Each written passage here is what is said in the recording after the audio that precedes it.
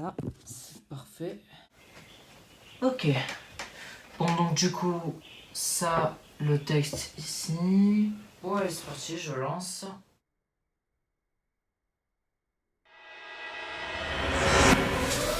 Non, surtout, ne fais pas la critique du visiteur futur.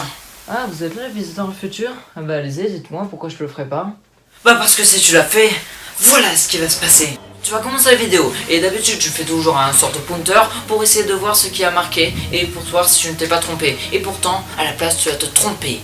Et te tromper encore, encore et encore. Et cette rage est tellement énorme que tu vas presque casser ton bureau, comme ça. Ok. Il y a fort de mettre toujours son coude sur la table, et ben les voisins aussi vont l'entendre, et même tes parents vont l'entendre et vont te dire de te casser. En gros, t'es viré. Attends, une verre de la maison? Oui, c'est ça, virer de la maison, si on peut faire un peu plus simple, bon, voilà. Oui, bon, du coup, vu que t'as plus ta petite chambre pour faire ta petite vidéo, tu vas prendre la décision d'aller chez tes grands-parents. Et du coup, tu vas leur dire, j'ai besoin en fait d'une chambre pour pouvoir faire ma vidéo critique du visiteur du futur, tout ça. Et du coup, ils vont te proposer la seule chambre, une piole qui n'aurait pas de pluie, qui est vraiment dégueulasse, et avec un mur totalement dégueulasse. Mais toi, tu n'en as strictement rien à foutre, et tu vas quand même faire la critique. Parce que tu diras, ouais, forcément, c'est le visiteur futur, il est dans le futur, donc ouais, il est un peu clodo, tout ça, donc tu vas t'en foutre, voilà, ça serait super bien pour le décor, pour toi, ça c'est ton idée. Alors au final, tu essayes finalement de réussir à faire la vidéo tranquillement, sans qu'il n'y ait aucun problème, tu réussis à faire le montage, tout ça, et quand tu publies la vidéo, et ben les gens ont tout de suite, direct, cliqué, parce que c'était la vidéo la plus attendue, parce que t'as jamais fait une critique d'un film français, donc forcément c'est logique, mais pourtant, quand on va en dessous de la vidéo, et ben on peut voir qu'il y a des commentaires haineux, c'est-à-dire des commentaires où ils disent que ton décor était dégueulasse et que vraiment il ne mérite pas d'être un bon décor, et tout le monde va se moquer de toi, de ton décor, et ça va être retweeté partout sur tous les réseaux sociaux, devenant ainsi un mème partout dans le monde. Oui, t'as bien compris, partout dans le monde, tout le monde va faire des mèmes, surtout sur les forums, sur tout ce que tu veux, enfin bref, et c'est vraiment le mème le plus populaire de internet. Et le 16 mai 2045, cette vidéo fêtera son anniversaire, et tous les internautes vont le fêter, même quelques amis de ton lycée aussi ont pris la décision de le faire, pendant que toi, bah tu seras à la rue. Ah merde, ouais. Oui, alors dit comme ça fait un peu bizarre, mais tu ne dois pas le faire, d'accord? Crois en moi que ça peut avoir de graves conséquences dans le futur, c'est hyper important que... Oh là là, il faut que j'y aille, je vais disparaître, c'est normal. Bon, surtout, ne fais pas la critique du visiteur du futur, surtout ne la fais pas, d'accord? Je sais pas ce qu'il lui prend, mais bon. Bon, qu'est-ce que je fais? Je la fais ou je la fais pas? Bon, je m'en balèque, allez, c'est bon, je la fais. Le DGS présente les critiques de films pour savoir si c'est un coup de cœur ou un coup de gueule. Ah oui, et aussi, il y aura bien évidemment des séries à critiquer. Bon, allez, action.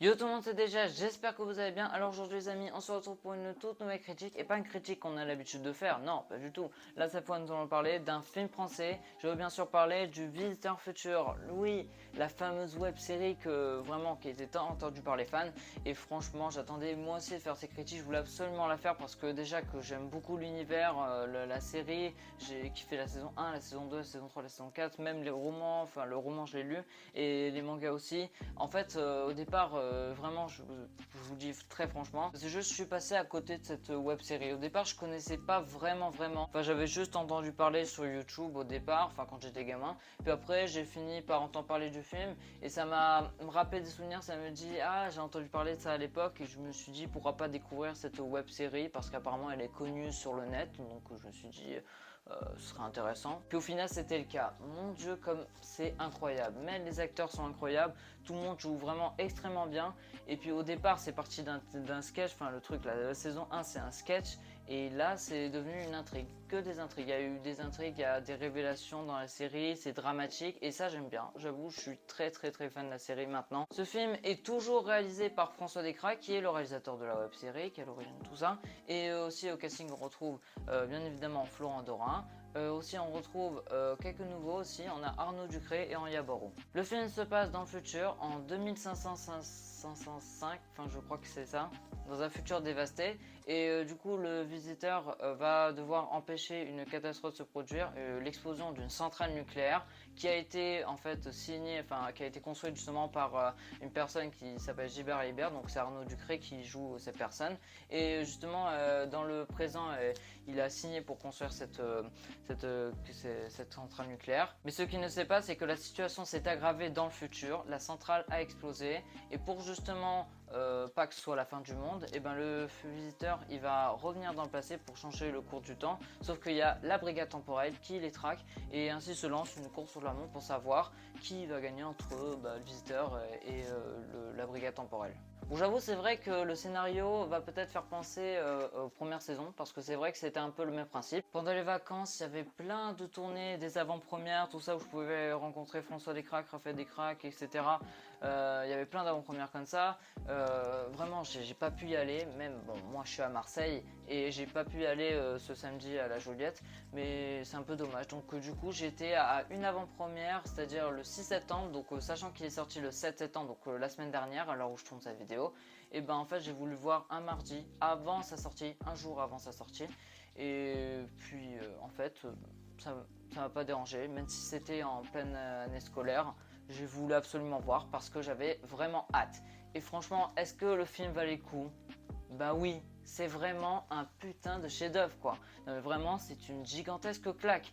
Vraiment, je m'attendais pas à avoir un film comme ça, un film de SF français, parce que j'avais du mal à voir ça. Enfin, c'est la première fois que je voyais ça et je ressentais quelque chose de différent. C'est la première fois que je ressentais ça dans un film français, que, enfin, je trouvais ça bizarre de voir un film français qui a un peu l'ADN en fait, qui a un peu le budget en fait américain quoi. Et d'ailleurs le budget il est de 4 millions, ouais c'est vrai, c'est vraiment le budget, j'ai d'ailleurs vérifié sur Allociné, et ben franchement c'est pas si mal pour un film comme ça, franchement bravo François. Alors comme d'habitude vous connaissez la suite, on commence par les points positifs sur ce film, à la fin on parlera des points négatifs.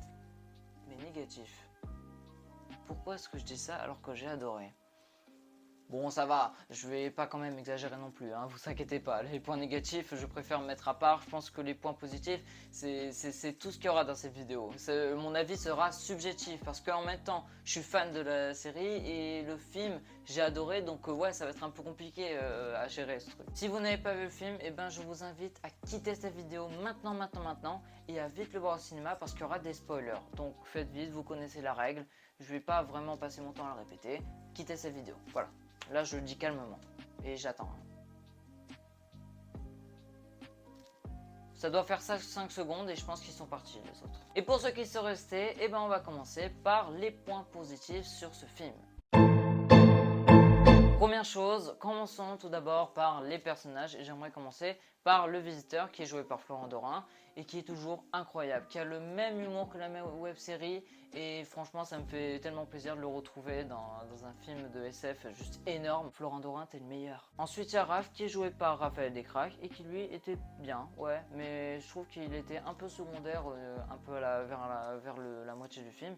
Mais sinon voilà, ça reste un personnage, c'est cool. Ensuite, il y a le docteur Henri Cassavotte qui est joué par Slimane Baptiste Bernoux. Et lui, franchement, il était vraiment marrant. Alors toujours comme dans la web série, il n'y a vraiment rien qui a changé. Et ça me fait plaisir, vraiment plaisir de le voir. C'est d'ailleurs Dr Henri Cassavotte, c'est un de mes personnages préférés de la web série. J'aime beaucoup l'acteur, je crois que je l'ai vu dans un court métrage de Cyprien qui s'appelle Le Déménagement. C'est comme ça que j'ai découvert. Après, je suis un peu passé à côté du site français French Nerd qui regroupe plein de sketchs où tu vois Slimane Baptiste Bernoux qui joue des rôles.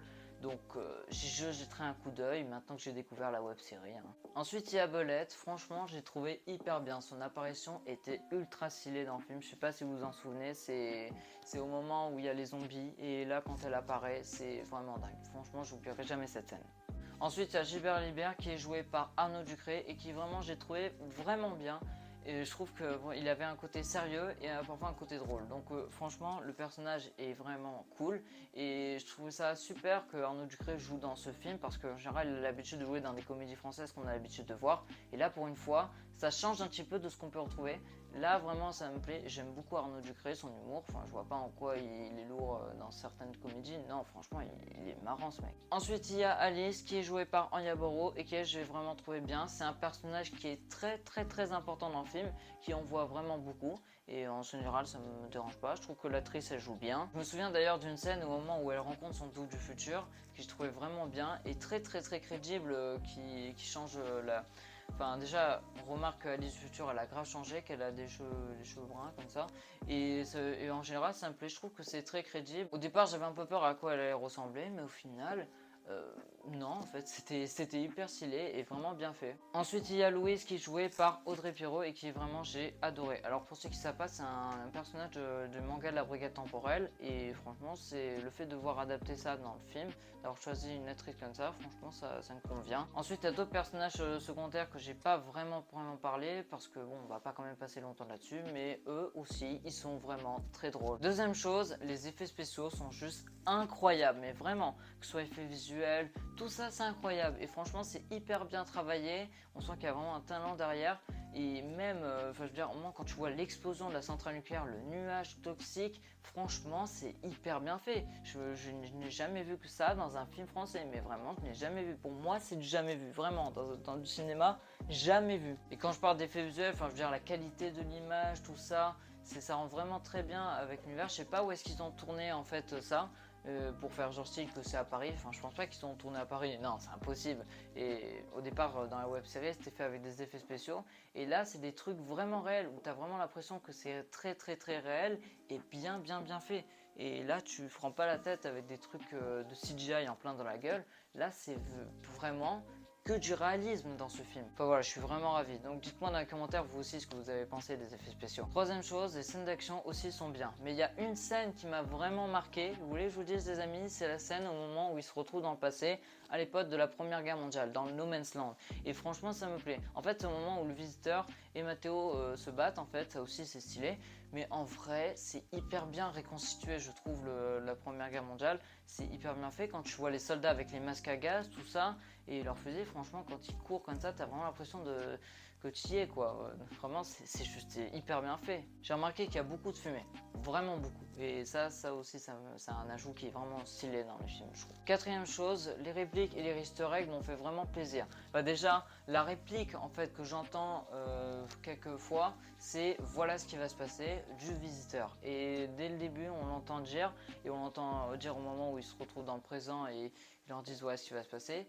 Je trouve que ça me fait vraiment très plaisir. Et d'ailleurs concernant le visiteur, quand on le voit en fait se téléporter, enfin en train d'utiliser la machine, on entend le bruitage quand il se téléporte qui est exactement le même que dans la série et ça doit faire vraiment plaisir aux fans, moi d'ailleurs. Et comme réplique aussi, il y a le moment où il y a l'arrivée de Henri Castafolt qui est vraiment génial, où il dit je suis d'auteur Henri Castafolt, c'est tout, voilà, il dit que ça, mais en tout cas ça rappelle aussi la première saison, donc en soi c'est super. Ah oui, j'avais oublié, au début du film, on entend le thème du Visiteur Futur et ça fait grave plaisir. Et je crois que celui qui fait, je crois que la composition de la musique c'est Jimmy Tiller, et là il a fait une version remasterisée pour le film, donc en vrai c'est beaucoup plus stylé et beaucoup plus épique, donc oui ça je valide. Ensuite il y a un visuel au moment vous savez où Alice elle regarde en fait ce qu'est le futur à Paris, et ce plan là m'a fait vraiment penser à la saison 4, même plan genre où on voit Stella en fait qui regarde le futur parce qu'elle a jamais été, donc moi aussi ça m'a rappelé ça.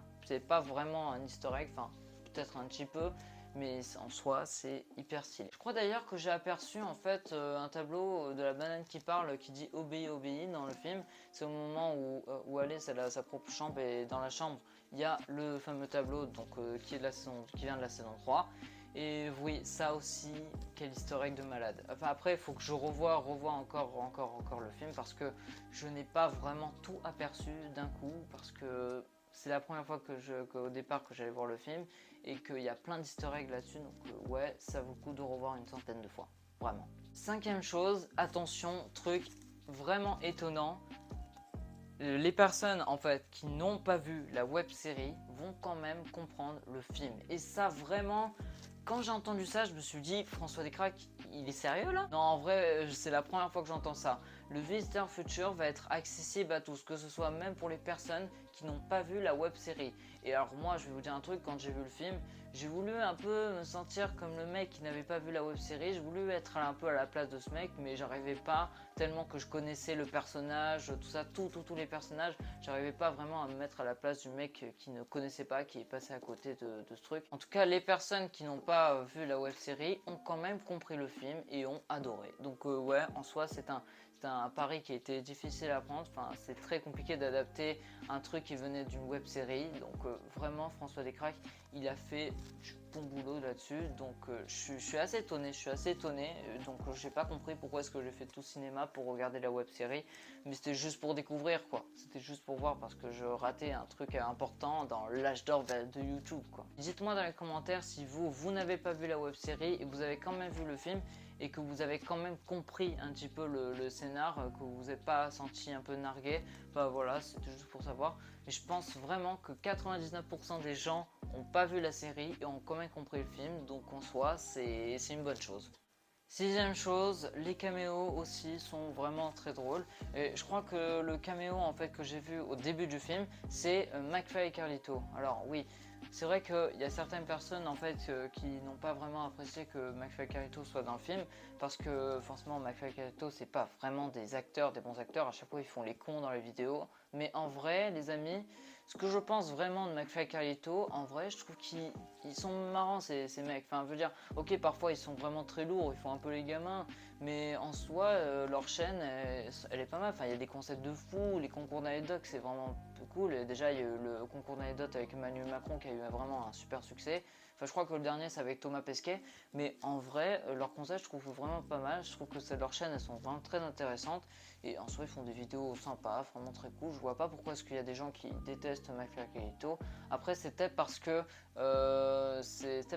l'annonce en fait qui a eu lieu dans le teaser, quand ils ont vu que McFly et Carlito était au cinéma, enfin dans le film, c'était un peu ça qui les avait déçus. J'ai dit sérieux, c'est une blague. Enfin, voilà. Mais après, moi, j'ai pas vraiment été dérangé. Je trouve qu'ils n'ont pas vraiment exagéré en fait dans le film parce qu'on déjà, si on les voit dès le début, ils sont pas dans tout le film, ils sont pas pendant tout le film, c'est juste un caméo de quelques minutes et puis voilà, après ils s'en vont. Donc en soi, c'est pas juste deux mecs de YouTube qui vont vraiment gâcher un film, croyez-moi. Et il faut arrêter un petit peu avec ce truc des YouTubeurs qui jouent très mal. Non, les acteurs, je connais des YouTubeurs qui jouent très bien, vraiment. Ensuite, je crois que j'ai vu un acteur en fait qui jouait dans Bref, je crois. Bref, c'est un sorte de sketch. Enfin, je m'en souviens plus qu'est-ce que c'était, mais en fait, je crois que c'était un truc de Canal+. Et ben en fait, on le voit en fait dans le film. Alors, je sais pas en fait si c'est un personnage qui est apparu dans la BD, mais en fait non, c'était juste un personnage en fait qu'on voyait au bout de quelques secondes et vers le tout. Après, il y en a un autre que je connais pas en fait, rien du tout. Enfin, je connais pas vraiment tout de ces mecs là. Mais après, il y a un acteur, alors c'est pas un caméo, mais en fait il y a aussi Ludovic aussi, et il y a aussi Vincent Tirel aussi que j'ai bien aimé, et aussi je crois qu'il y a Simon Astier qui est le frère de Alexandre Astier qui a réalisé Kaamelott. Ensuite, il y a un caméo qui était caché, mais en vrai, ça m'a fait extra plaisir. En fait, en gros, on est dans le van en fait de Castafolt et Raph, il est en train de regarder un dessin animé et ce dessin animé, c'est l'épopée temporelle. Et qu'est-ce qu'il y a dans l'épopée temporelle? On entend la voix de Cyprien. Donc oui, c'est la fameuse série audio qui était pas mal d'ailleurs et qui s'est transformée en dessin animé, je l'ai vu et j'ai beaucoup aimé le dessin animé, il était diffusé sur YouTube après et franchement, ça m'a fait grave plaisir. Je me suis dit, attends, c'est pas l'épopée temporelle. Au départ, personne n'a deviné, personne n'avait entendu la voix, tout le monde s'en foutait. Mais moi, je l'ai deviné direct dès le premier visionnage. Et ça m'a fait vraiment plaisir. J'ai direct reconnu. Parce qu'il avait dit sur Instagram qu'on peut entendre sa voix dans le film. Donc en vrai, je trouvais ça un peu bizarre. Je me suis dit, qu'est-ce qu'il raconte? Et sachez d'ailleurs que Florent Dorin, Arnaud Ducré et Anya Barou sont apparus en fait dans la vidéo de Cyprien qui s'appelle Le Clash des films. Donc vraiment, ça aussi, ça m'a fait grave plaisir qu'ils apparaissent dans la vidéo. C'était hyper marrant. Et vous, quel caméo avez-vous apprécié dans le film? Dites-le moi dans les commentaires, ça aussi ça me ferait bien plaisir, ça m'intéresse. Septième chose, le film était émouvant. C'est vrai parce que on rigole beaucoup, mais il y a quand même de l'émotion à la fin du film. Et là, cette fois-ci, c'était... en fait, au départ, je pensais que c'était le père qui allait mourir, enfin Gilbert Halibert. Et ben en fait, non. En fait, c'est Alice en fait, qui a voulu remonter dans le temps au moment de son accouchement pour en fait... pour qu'empêche sa naissance et comme ça au moins pas la centrale elle explose pas, sa mère elle revit parce que oui en fait à la base enfin après l'accouchement, enfin oui ça aussi j'avais oublié de préciser, et ben en fait elle meurt après l'accouchement et ça c'est tellement triste, ce qui fait que qu'après ça Gilbert Halibert enfin a voulu construire je crois cette centrale, enfin j'avais pas compris au départ, en fait c'est très paradoxal en fait parce que les voyages dans le temps je comprends pas vraiment et en fait c'est justement en empêchant justement sa naissance justement que forcément la mère a pu vivre et que Gilbert Halibert a pu voir d'autres enfants que à part Alice parce que Alice elle n'existe pas dans le présent et pourtant on la retrouve dans le futur. Alors ça je n'ai pas compris ce qui s'est passé. Je vais encore revoir le film pour comprendre encore la 100e fois parce que c'est compliqué de comprendre un film où il y a du voyage dans le temps. Les voyages dans le temps c'est très compliqué à comprendre, vraiment c'est très paradoxal ce truc. Mais en tout cas je peux vous dire que la fin vraiment j'ai adoré. Quand il y a tout le monde qui finit par disparaître et que le cours du temps a changé, que la centrale n'a pas finalement explosé, qu'elle n'a jamais existé et qu'il y a un message écologique là-dedans, c'est vraiment c'est ouf.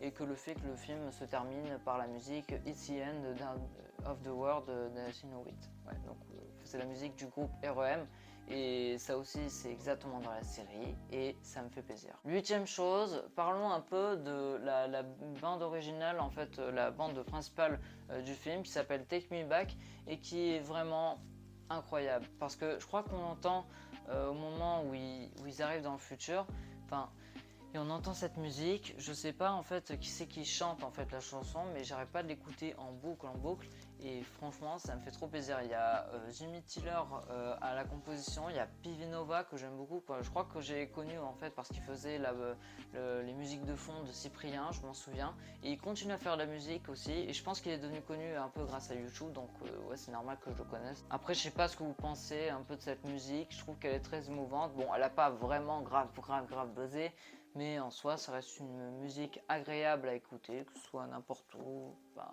franchement ça reste un plaisir. Et enfin 9e chose, on va parler un peu de cette scène post-crédit, mais elle n'est pas importante puisqu'elle rappelle des souvenirs de la web série.